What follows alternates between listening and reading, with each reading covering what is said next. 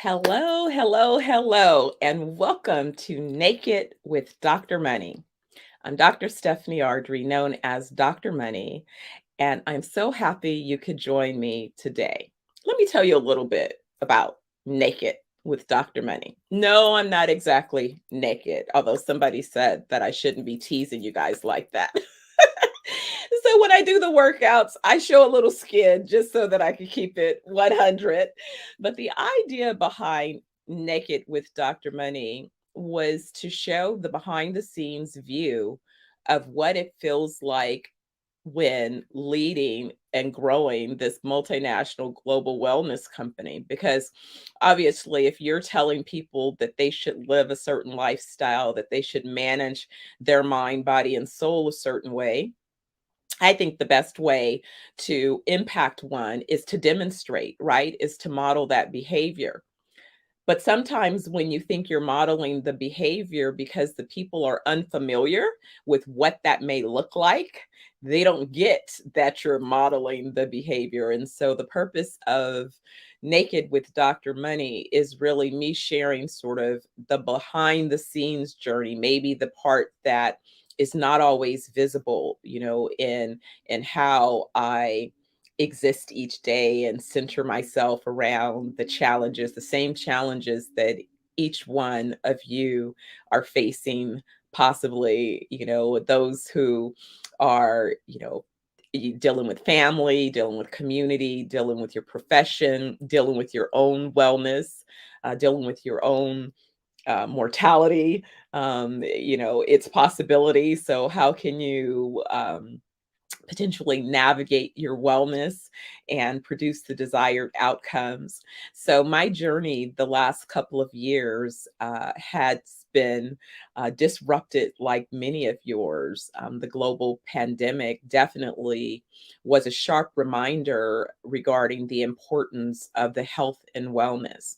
And I've had a long term interest in my health and wellness. I started off early, introduced to this idea of what I ate, what I consumed being important. That was first introduced to me by my mother. She introduced me to a book called Back to Eden when I was about 9. And we seemed to be a little bit weird. We were eating brown rice and all of these different weird things before they were popular things to do. But it was because my mother set an intention. She struggled with high blood pressure very early in her years. She was in her early 20s when she began to experience high blood pressure, and hers was brought on due to the enormous amount of stress that she dealt with. And I think seriously, an overabundance of cortisol release, which I'm sure participated as contributors to, sadly, her early demise. My mother passed at 48. She took a nap and had a aneurysm, a stroke, basically. And that was a pretty devastating period for me. I had just turned 30. So, you think that you're going to have a lot of time with your parents, especially if it is that they're younger parents. And so it's more than a little bit heartbreaking to lose my mom. And so I had to pick up the pieces and navigate a new path. And then I was blessed with a child of my own who, unfortunately, I would say did meet my mom on this side, but I'm sure their spirits connected on the other side, because I see so many of her behaviors in his young body. He's an old soul. But what I really thought about a few years back was I had taken what I thought was pretty good care of myself, but I started to think about what did I want my life to look and feel like as I began to advance along age. How would I look and feel at 80, at 100, at 120, and beyond? And so I thought that it was important that I sort of reset and get my wellness back on track. I had lost some of the early discipline that I had maintained in terms of my workout schedules. And it was difficult to get back on the horse when, I had so many balls up in the air. But thankfully, I was able to do that. I was able to get back in alignment, address mind, body, and soul, and begin to really be vigilant with nurturing myself in each of these ways. And so I recruited several people who've been along the journey with me to help. And one of those persons I'm going to introduce and share with you today is Jonathan Butler. Jonathan, we've been friends for a very long time. And so in the early days, we trained together. I remember my mother used to tease me sometimes. I'd be running stairs and running hills. And she was like, "What is he training you for?"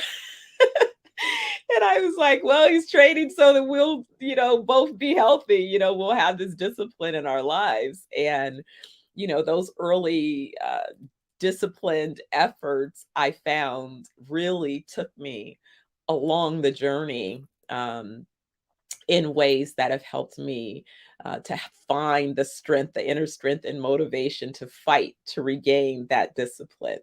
So today, Jonathan and I are going to talk about, what a wellness journey looks like, how setting an intention for your wellness, how you go about doing it, and some of the things that you might consider so that you're not just bouncing from fad to fad.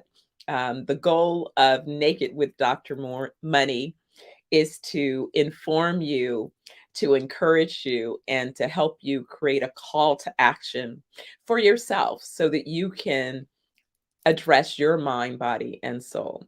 So, with that, I hope you'll join me in welcoming my guest, Jonathan Butler.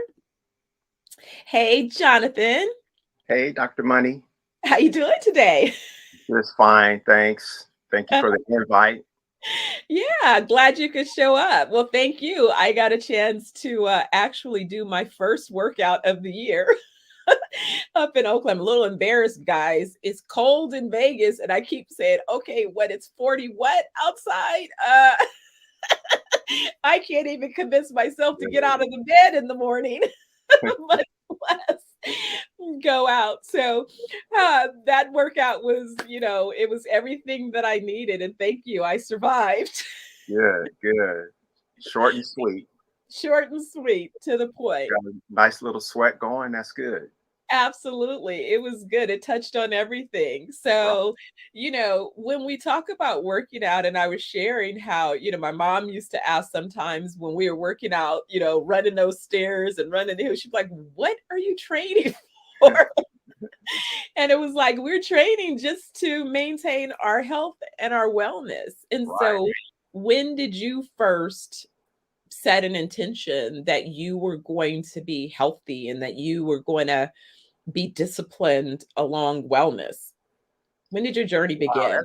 that, I mean, if you could count being 12 years old and doing your first physical test at the YMCA, it was 5 push-ups, 5 sit-ups, cup squats, a little run, and then a frog hold. I remember that vividly.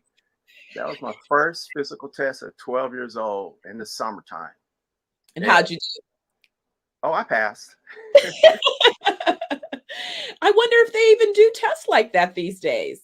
Well, I mean, probably they do. Um, I do a summer program with children, and I kind of actually modeled my program off of that. Really? Yeah, Okay, kind of the basics. right. Basic, basic. But Just is like, 12 a little late or should one begin earlier? well, that wasn't. I don't know if it was a set intent or not, but it just was a way when you're younger. You know, back. Well, I'm a '70s baby, so back then, having programs for children was everywhere. So really didn't have a choice, you know, to do the tests. My Mhm, mother, well, we were latchkey kids, but that was our summer for about 2 or 3 years in a row. The mhm. YMCA, right? I think the YMCA and the Park and Recs, all of those centers definitely contributed a lot to the foundation, and I think some of the organized sports, because I know that's how I got my son involved early. He was playing little organized, t-ball, from t-ball on up to a little bit of everything.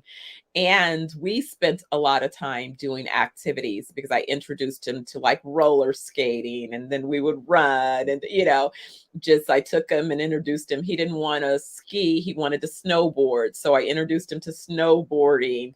And then I said, if you like snowboarding, then you should kind of get into skateboarding so that you could continue to practice that balancing that you need when you're not on the snow. And it's interesting because I think all of those things really did contribute. But the most important thing that I was able to convey very early on when he was just a toddler was the importance of nutrition and what he put in his body, that if he wanted his body, because it was so funny, he was discovered at 4 and became a child actor. So his very first photo session, there's this little picture where he's in like a wife beater, and you could see he had little defined muscles already, but he was, 4, so he had little tears in his eyes because he's taking direction from the photographer. But it's such a cute picture because you see this little tone. And so I would explain to him why I didn't feed him certain things.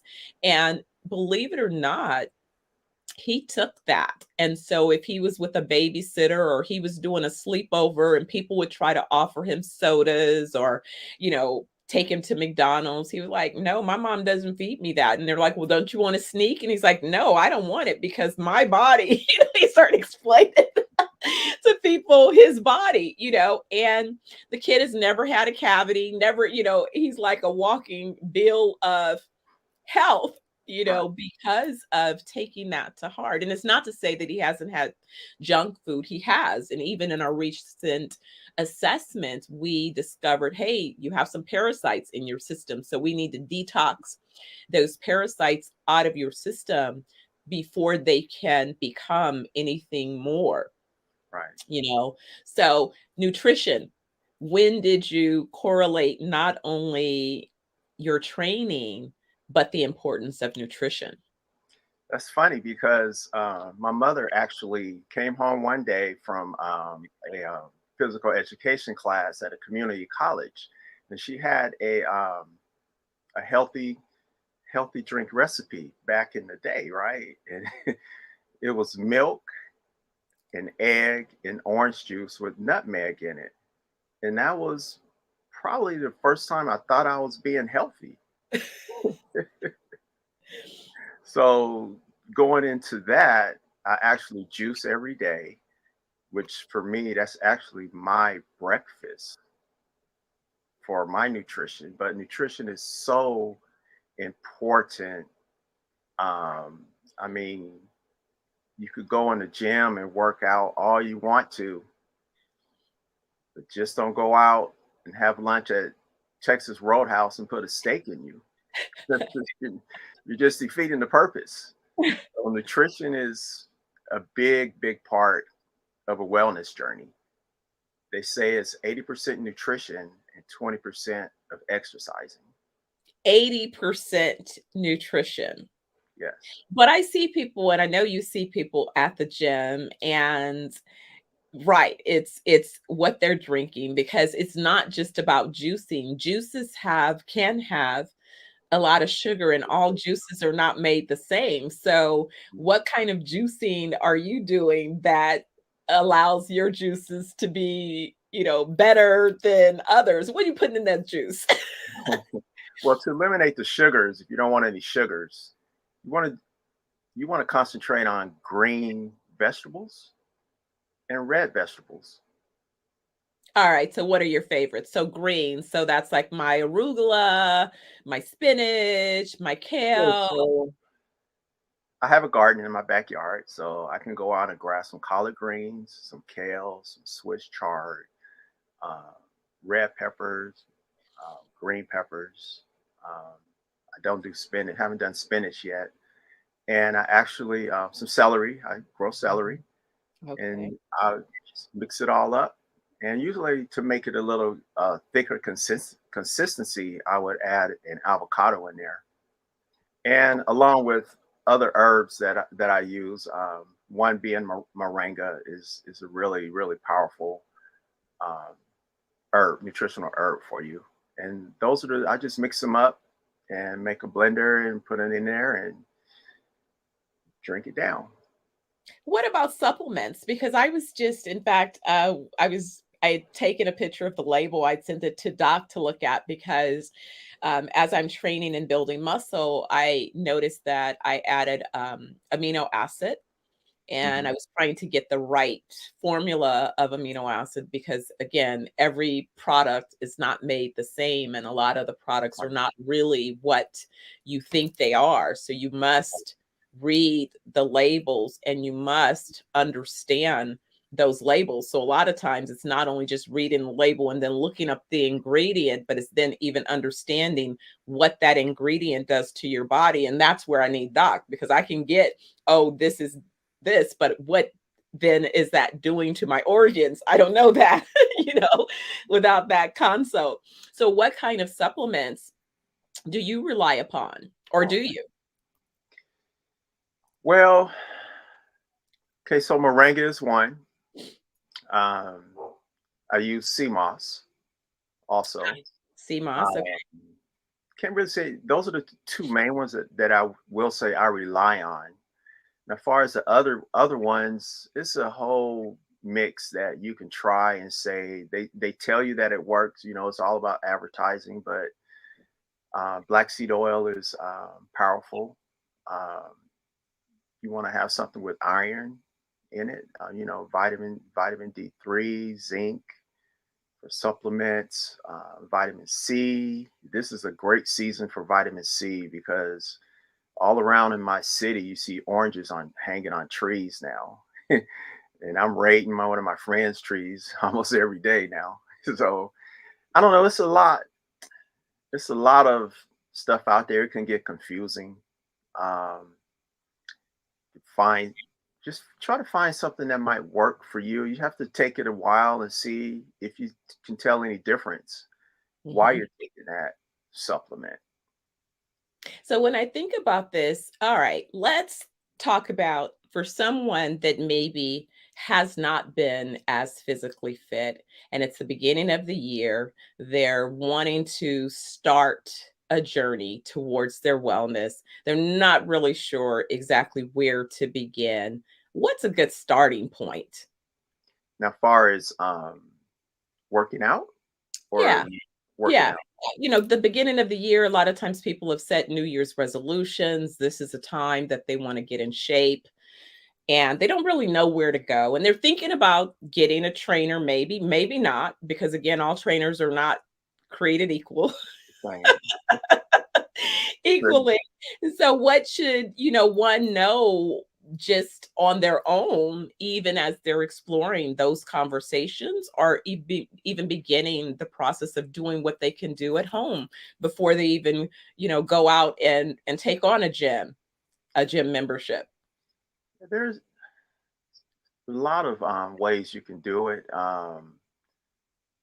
You talk about mindset a lot. That mindset is really important. I mean, if you're going to do it, someone says they're going to go and eat at Chevy's tonight, they're going to Chevy's, right? So you want to well, a good thing you can do is research. While YouTube is great, a lot of people on there, you could look at them and see what they're doing. Another powerful thing you can do is find someone else because so support system is good. Also, I see people coming in the gym and they can be intimidated. So some people do hire personal trainers. Some people come in there and just do what they think is correct. As far as the machines. Um, I mean, there's a lot of books out there you can read. Um, well, I mean, there's a lot of things, but it just goes back to mindset. If you want to do it, you have to set your mind to do it. And you're right, there are obstacles to doing it. People can get discouraged really, really easily. So a support system in that instance would be very helpful in that instance.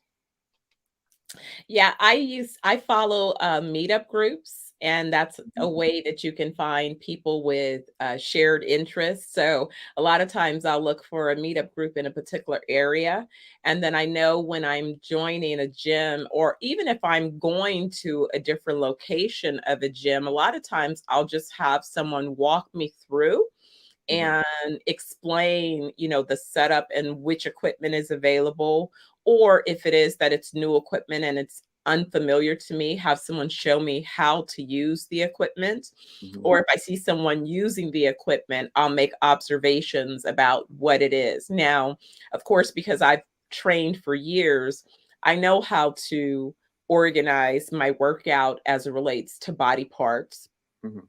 and to break up a pacing. I know how to identify what potentially works for me. So if I'm going to go and do, upper body or arms, and, making sure that I have the certain amount of cardio, and then I'm always going to make sure that I have some kind of ab for the core as part of a workout. And then, other times I may be working on legs, or some of these other things, but breaking it up so that for me, a good pace is about 3 days a week.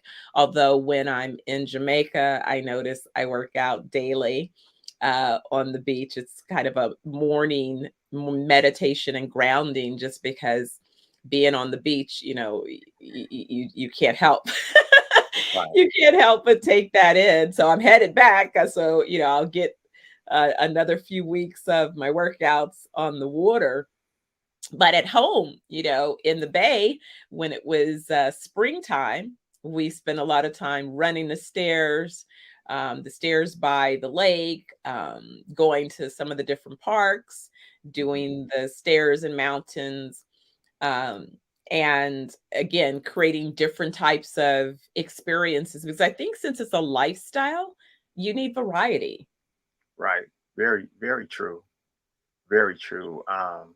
Variety is a big thing. So, for instance, I mean, I bike, I run, I hike. I just fell in love with hiking this past summer. Wow. Um, I don't swim. I mean, I know how to swim, but being diverse in your workouts is really important. You want to develop your whole body, not just one body part. Just going back to what you were saying, far as a meetup group, groups are wonderful for newbies because they're great. Um, wow, yeah. So So meetup groups, and then, I think even family engagement, one of the mm, ways that I kept my son was, let's go skating, let's go roller skating together. We've spent times where we've just gone to the beach, and he might be on his wave board, and I, riding a bike, or I'm on my rollerblades, right, just enjoying a day out. So you have the family bonding and you're both moving. And right. that's what I've been saying to people. A lot of people are not moving enough. Not at all. Not at Not all. enough. And so, yeah, it's You like, want to be able you want to be able to be functional in your everyday lifestyle. Um, like my mother is 84 years old, and she could get up and down in a chair 10 times in a row without holding on to anything. So that's you want to be able excellent. to be functional. One of the things I do when I get a group of people with a personal training is, especially if it's outside, first thing I do is tell them to sit down on the ground. And when the last person's butt hits the ground, I say, okay, everybody get up. Try that one. It's not that easy. Right, I mean, right, you have to be functional. I mean, you hear the old saying, help, I fall and I can't get up. You right, have to be functional enough to get up if you do fall at any right, age. Yes. right. But I also find that some of my favorite exercises that I remember just um, doing planks at home, and so starting gradually, I remember I would set the timer where each night before I went to sleep, I try to, hold a plank for, I think, initially a minute when it, just until you could build up to, holding a plank for 10 minutes or Right. more, just building your core. And so finding ways that have low impact, but also can produce strengthening and help you build. I've shared with people who have joint issues, try to do laps in the swimming pool, Right. um, lower impact, see if you can just walk across and back and forth. And that slow resistance will help you begin to build up some strength in your muscles so that you can build muscles. Because, it's sad. I'm beginning to see people's muscles begin to atrophy very early due to lack of use. And, that's sad as you age to find yourself, you're already going to lose some muscle tone potentially as we age. And so that's why it's so important to build. And then what about strength training for women in particular? It's good for women to I guess you want to say lift weights. Yeah. Yeah, you don't have to look like Miss Universe, but you definitely want to be able to carry that backpack for 5 miles in an emergency.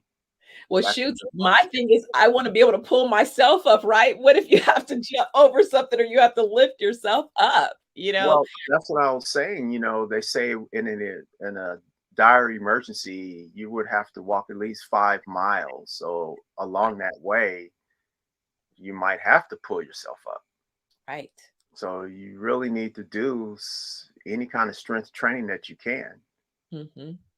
Right. You start out just it could be specific movements, whole body movements, but you need to really stay active.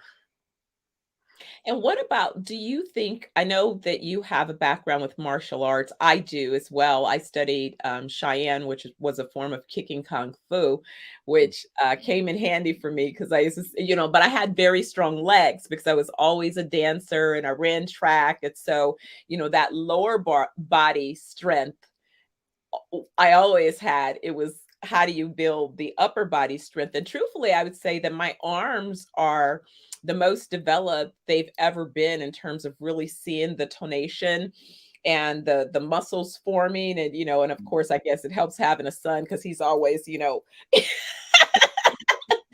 I but that's a good practice. It's actually just forming, a muscle. You start Right. realizing that all of those little things help, Right. I figured out ways where even when I'm driving, I'm dancing in the car and doing like Mhm. hold my tummy tight, and Right. everything exercise in the kitchen. If I'm cooking something, I'm doing squats in between. It's like to me, it's my lifestyle. So I have to fit in movements every which way I can. So even though I said, hey, I hadn't been to the gym, that Mhm. didn't mean I wasn't working out. Right. Because I dance now almost every night in my bathroom. I have a dance party, and you know what? And I feel good. So it not only helps my body, but it helps my mind and my Mhm. soul, and it helps me ease into, you know, getting ready for bed to wind down. It burn off that extra energy that I may have, and then I begin to settle down. So, any rituals that you have to maintain, you've maintained. So martial arts, you've maintained a workout. How do you keep it going and interesting? Back to mindset. I And mean, it's just something I love to do. I walked 30 minutes today on the treadmill at 15% incline at 3.0. Nice sweat, abs after that, and that was it. Short and sweet. Just mindset.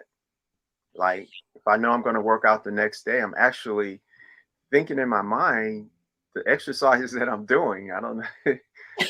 It's kind of anal, but that's just what it is. It helps me get there and and get going. And if someone's on the machine I thought I was wanted to use, I just, I know how to deviate away from that. I'm not going to stand around and wait for a machine. But yeah, I'm pretty anal when it comes to working out. I mean, but on that note, you have to have rest also. And that's something that people don't talk about a lot, but that's as equally important. I've been encouraging people to get the right amount of sleep. Doc is really one who suggests that you get the proper amount of sleep because he says that's the only time that your body can heal itself. So if you're depriving yourself of that really deep healing sleep, then unfortunately you're setting yourself up for the possibility of future dis-ease. Hmm. Right. Yeah, I try to get at least 6 to 7 hours. Sometimes it's 8.